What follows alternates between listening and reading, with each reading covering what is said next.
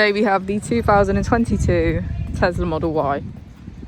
This vehicle has done just under 30,000 miles.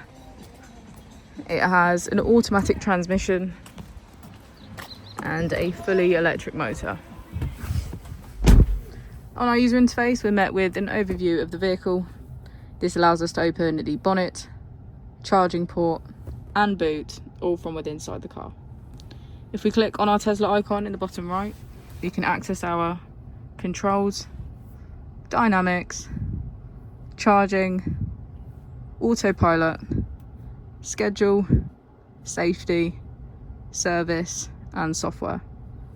Within safety, we have advanced features such as a pin to drive and a glove box pin. If we go back into software and click on additional vehicle information, we can get a deeper analysis of the vehicle spec. The Model Y comes with a 360 degrees camera, and with that you can access your dash cam. And if we press here, we can access our climate control. As we go into the back of the vehicle, we can see that it has a full leather black interior and get a good view of our panoramic roof.